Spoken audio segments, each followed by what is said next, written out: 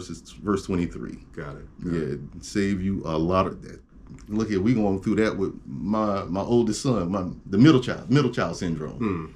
Yes, slow down, respond. Yeah. Because when you just react, even if it's not a malicious reaction, if you react and it's a hint of attitude, you can get yourself in trouble. Yeah. Versus taking a breath, say what you're gonna say it calmly. Yeah. You know, so respond versus react. That's so it. Take that moment to kind of process it. Mm-hmm. Yeah. Cool, man. So that's all Proverbs, but we were kind of early in Proverbs, but also going into the 20s as well, chapter 20 or so. Yeah. So a lot of great wisdom, right? And then it's also the Wisdom of Solomon is a separate book from the Proverbs that you can get. Sometimes it's not included in the Bible, but it's another book written by Solomon. I'm reading Raising Kingdom Kids by Tony Evans. Yeah. And it goes into, there's two different types of wisdom. There's wisdom from heaven, and then there's earthly wisdom. And of course, wisdom from heaven trumps the earthly wisdom, you know, because, you know, God takes the wise and confounds them or whatever, you know, with the basic, foolish things or whatever. So, yeah, man. Good. So that's a lot of Old Testament. We'll get into some examples here in a minute as well, but sticking to the scripture, so going to New Testament, just some that have helped me out. So first one I'll mention. Help me. Let me get some water.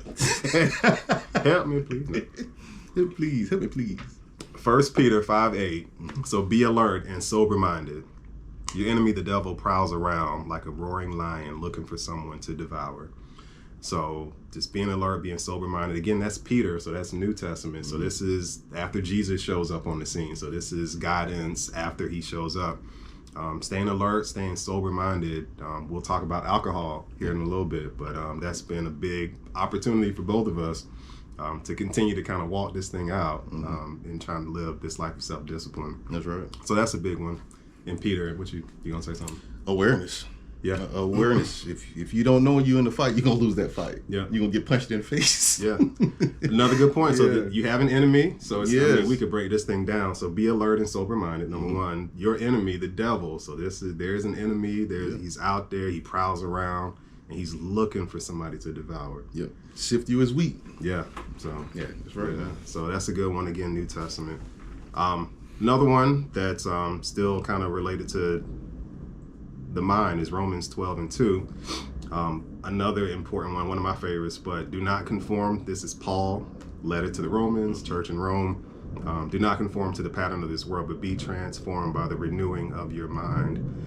Then you'll be able to test and approve what God's will is, his good, pleasing, and perfect will. So don't conform to the pattern. I always kind of emphasize that word pattern. So there is a pattern to the world. Yes. Transformation comes from renewing your mind to get away from that pattern. So what better way? And I kind of go back to fasting. The pattern of the world is everybody's go, eat. Yeah. And so the opposite of that, I think. Yeah, instant satisfaction. Man, I would say culture. Do not conform to the culture. Yeah. Because culture and kingdom are two polar opposite ends, two different hemispheres. Yeah. Yeah. So, good. Yeah. So that's Romans and a lot of Paul today. So another one, 1 Corinthians, Paul's letter to the church in Corinth.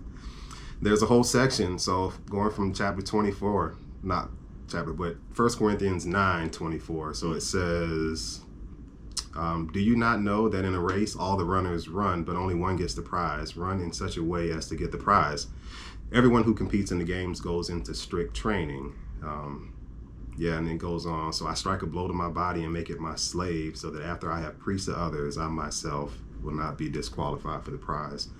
So I'll be out here in the garage working out, man, and sometimes I'm like, I have to discipline myself. I strike a blow. So I'm not disqualified for the prize. But that's a really good one right there in 1 Corinthians. Yeah. Preparation. That's good. We talked about Jesus, obviously, with the Lent coming up. So that time in the wilderness, there's probably the best New Testament example would be Jesus himself. So living that life in the wilderness. The devil came and tempted him on different occasions, but in each time he used scripture to kind of defend himself from the devil's advances. Man, and this is something that's crazy. If you break down that, everything the devil tempted him with is things that God had already promised him. So it's like, dude, these things are already mine. Yeah. You know what I mean? So it's... And the first one was food. So if you're the Son of God, command these stones to become bread. Yeah. He said, man doesn't live on bread alone. Yep. So, but on every word that comes from the mouth of God. So, and that reverts back. That points back to Exodus, because they didn't eat bread while they were in the wilderness coming to the promised land. 'Cause they ate manna. yeah. I mean, you can't make bread when you're on the road. You can't make bread. And so it's like, yeah, you know, man didn't live by bread alone. Like, because it says they didn't have that, and they didn't have wine. You can't ferment wine when we trekking. No. You know, however many 100 miles a week. Yeah. Yeah. So sure enough, man. Yeah, so that's Old Testament as well as New Testament scriptures. I'm sure there's plenty of others, but I personally use those. I like the Romans 12:2, not being conformed to the culture or the pattern of the world. Mm-hmm.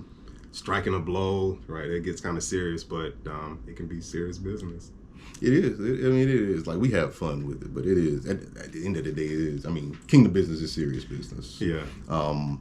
When I first felt this kind of pull to ministry, I called my godfather. We talked about him on the episodes before. His first comment was, first of all, he said, "Let me sit down." Yeah. That's the first thing he said. And then he said, "This is serious business." So I took it real serious just based on his counsel. So yeah, there's a lot of warnings talking about those proverbs. So a lot of warnings in there. Now, your godfather, is he a minister as well? Yeah. So I think he's either retired or about to retire, but he's he had the same profile as my dad. He was district superintendent, Duke, divinity. So they were, you know. So he's in a pod. Yeah. So when I tell him I'm thinking about considering, he's like, "Oh, I got something for you." So he's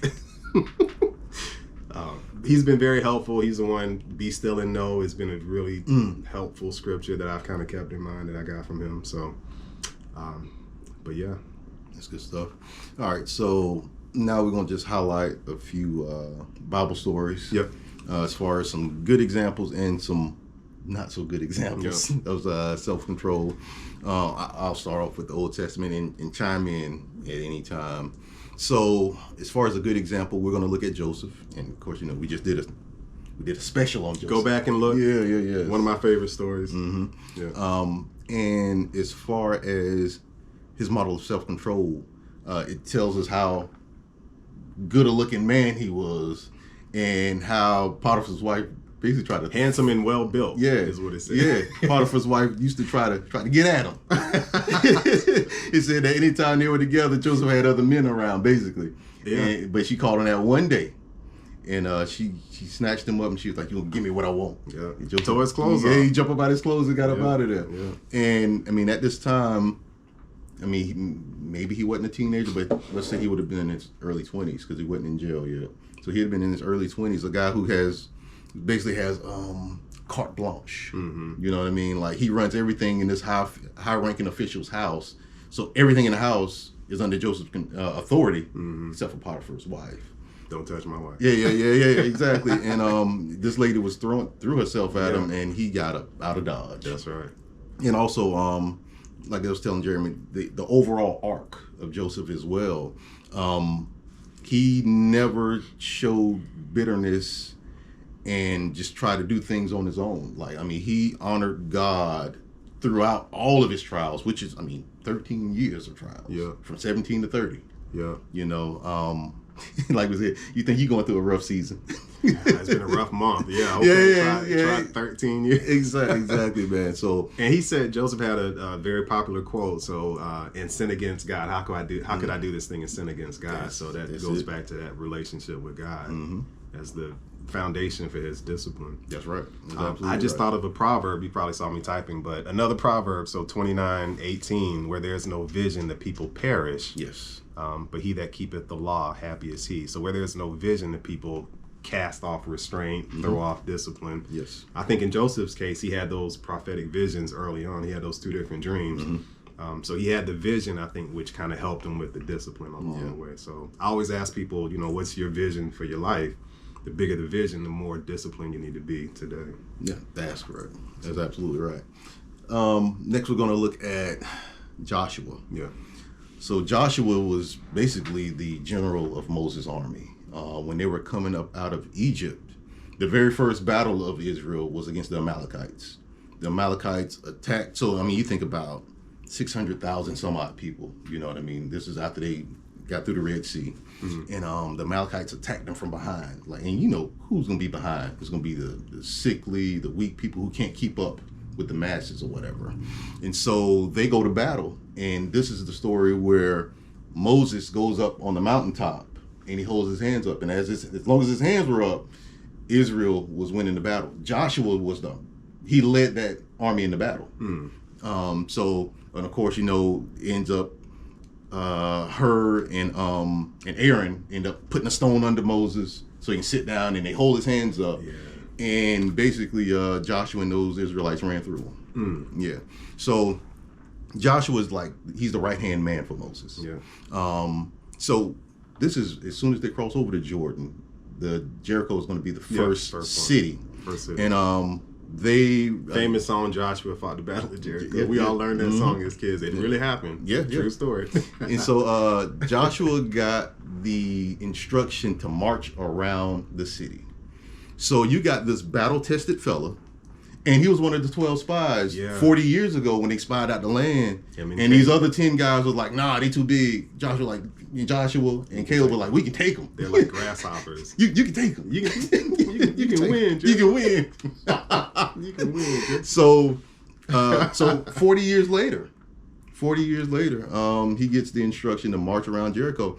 And he could have been like, nah, God, we good. We're going to just go ahead and attack them head on. And it wouldn't have been the first time, because 40 years previous, when those 10 spies gave a bad report and they scared the people, so the people didn't go, God got angry, and God told them, y'all gonna die in the wilderness. And only two got into the promised land. It was Joshua and Caleb. That's right. Those two. And so God told them they're gonna die in the wilderness. So the next day, a few of these guys, we call them regulators, decided, oh, we're gonna go and take the city now. Well, you know what I'm saying? We're gonna take the land. And Moses told them, hey, God ain't with you. The ark ain't going with you. The God ain't with you. You're going to lose. They got over there and they got spanked. So this wouldn't have been the first time someone just goes renegade against God's word trying to take the promised land, which was promised to them. So for him to go through the battles in the wilderness, and then when they finally cross over into the land, nah, you don't need to attack them. Just walk around. Right. Imagine Joshua relaying that to like, what you mean? We in battle formation, we ready. I got a word from God. We gonna march around. Wrench around and we gonna wrench around and we gonna wrench it up. Yeah, man. So I think that's huge. 7 days, right? Yeah, 7 days. 7 days. And then blowing the trumpets, I mean, God's hand, man. So the next one is gonna be David. And of course, David is a good example and a bad example. Like you said, on the days where David ain't got nothing to do, David gets in trouble. You know what I mean? David grew up disciplined. He was in the field. He was a shepherd. He was, out there killing lions, tigers, and bears on mine. Right. So he grew up very disciplined. Yes. So one would think, right? So David got anointed at a young age, and imagine, and it doesn't say his age, but I mean, he was the youngest of all the brothers or whatever. Imagine being anointed by Samuel, by the prophet, putting the oil on your head. You're going to be the next king. God has chosen you to be the king. You was out in his field. How you going to send me back in the field? Talking about go watch the herd. Right. You know who you're talking to? Oh, man. That reminds me of Will Smith. So Fresh Prince and Jazzy Jeff, when they won their first Grammy, he went home or whatever, and his mom was going to send him to the corner store to get something. He's like, what do you mean, Mama? Like, you know who I am? She's like, boy, I don't care about that. Basically, when you come in here, you still Will Smith. Yeah. She's like, go on down there, whatever. So yeah, man, to have to be meek enough to receive, and maybe he was young enough to wear. I mean, so young he didn't even fully understand it or whatever. But it also happened years later. So he fought Goliath. Yes. He's and then he served under Saul. He served under Saul for years. Saul tried to kill him. He joined the Philistine army. Yeah. Oh, he did a lot. He did a lot, man. Joseph did a lot. And David did a lot. Yeah. And then also, and this is to the point where Saul finds out that David is the one who's going to get the crown next. So Saul just thinks, hey, you trying to take the crown from me. So Saul tries to kill him. I mean, he's hunting David down. Yeah. Essentially, you get to a point to where you could say that Saul was delivered into David's hands. Saul was in the cave. David comes up behind him, and instead of killing him, he just cuts a piece of his robe. And then once Saul is outside with all of his men, David comes out and holds it up like, "You were delivered into my hand." Because it was actually two of David's men wanted to kill him. They're like, I'll take him out for you. Yeah. You know, so again, he knows that he's God's chosen, but it's not his time. So he's like, I'm not going to raise my hand to kill, because Saul was chosen by God too. You know, so his time hadn't yet come. Yeah. So he had the self-control, self-restraint through all of that. A whole lot of restraint, especially when he's trying to take you out. Yeah, knowing that you're going to be the king. Yeah. Yeah. So he ends up being king, and he's a warrior, great king, but he has some challenges in another regard when it comes to self-control. So he's a good example, but he's also an opportunity as well. Yeah. So, you know, fast forward, David ends up, Bathsheba is the person he ends up having a child with. He ends up having her husband killed in battle. Put on the front line. Killed in battle, and then David has a child with Bathsheba. So really some character flaws. Dude, it's a full-blown soap opera. For sure. It's good stuff, man. Yeah. It's good stuff. They have a child. Yes. Actually, child doesn't live, right? So child gets sick. David fasts. Yep. He wouldn't eat. People got concerned for him because he wouldn't eat. Yeah, and child didn't live, and then he ended his fast immediately. Got up. And, that's right. Yeah. So fasting, you know, sometimes it has outcomes that you want, but not always. It's not a way to bargain with God to get what you want. It doesn't tie God down to do what you want. Right. That's right. So yeah, David could be another bad example as well. I was trying not to say that, but he's good and bad, man. I mean, and really, all of us are. Yeah. Man, that's right. Yes, yeah, all of us are good examples and bad examples. You know, depending on what season of our life you look at. Yeah. The next one we're gonna look at was Hagar. So Hagar was the maidservant of Abraham. Well, actually, she was just a servant of Sarai. This is one of the things, after they spent that time in Egypt, she's one of the things that came out of Egypt. I say one of the things, but they brought her out of Egypt with them. Yeah. And so this is after God told them, hey, you know, in your old age, you're going to have a baby. And they just got tired of waiting because they was already 90. Have we done that story? I think so. Okay. I think so. Yeah, because Abraham was already 90. Yeah, that's right. And so it's like, you know, you're going to have a baby. You just... And Sarah was... Yeah. So Sarah got tired of waiting. So, you know, she's like, take my maidservant. And so he had a baby by Hagar, Ishmael. Yeah. But while Hagar was pregnant, Sarai, because she didn't get the new name yet, Sarai got contemptuous with her. Like basically, she started treating her bad because she's like, "How this maidservant looking down on me?" You know what I mean? Yeah. So it got so bad between the two of them that Hagar ran off. Yeah. And the angel of the Lord, which pointing to Jesus, you know, the angel of the Lord found her in the wilderness. I say found, but he knew where she was going. He knew she was going to be at. And he said, go back. What you crying about? Yeah. You should know. Because she, because there's a couple times she got sent off. Yeah. You know what I mean? But yeah, at this time she's pregnant. So angel of the Lord told her, hey, go back and submit to Sarai, basically. Imagine that. And he told her, like, you know, told him he's going to multiply him and whatnot, just how blessed Ishmael is going to be. And so she goes back because she didn't have to. You know, I mean, anytime, we should all know, well, I guess we should all know this, but we all seen this before. Anytime the Spirit tells you to do one thing, sometimes you don't do it. Yeah. Like, let me think about it. Maybe. You know what I mean? She goes back and she submits, and she ends up having Ishmael. Ishmael has 12 sons, 12 princes. And, I mean, essentially, they're all of Iraq and Iran, all those Arab nations came from Ishmael. So, I mean, like, yeah, it was a huge blessing. Yeah, so God blessed both Ishmael as well as Isaac. Yep. So both sons end up being blessed. Go back and watch that episode. We got one on Abraham. Yes, as well. that's right. That's right. Yeah.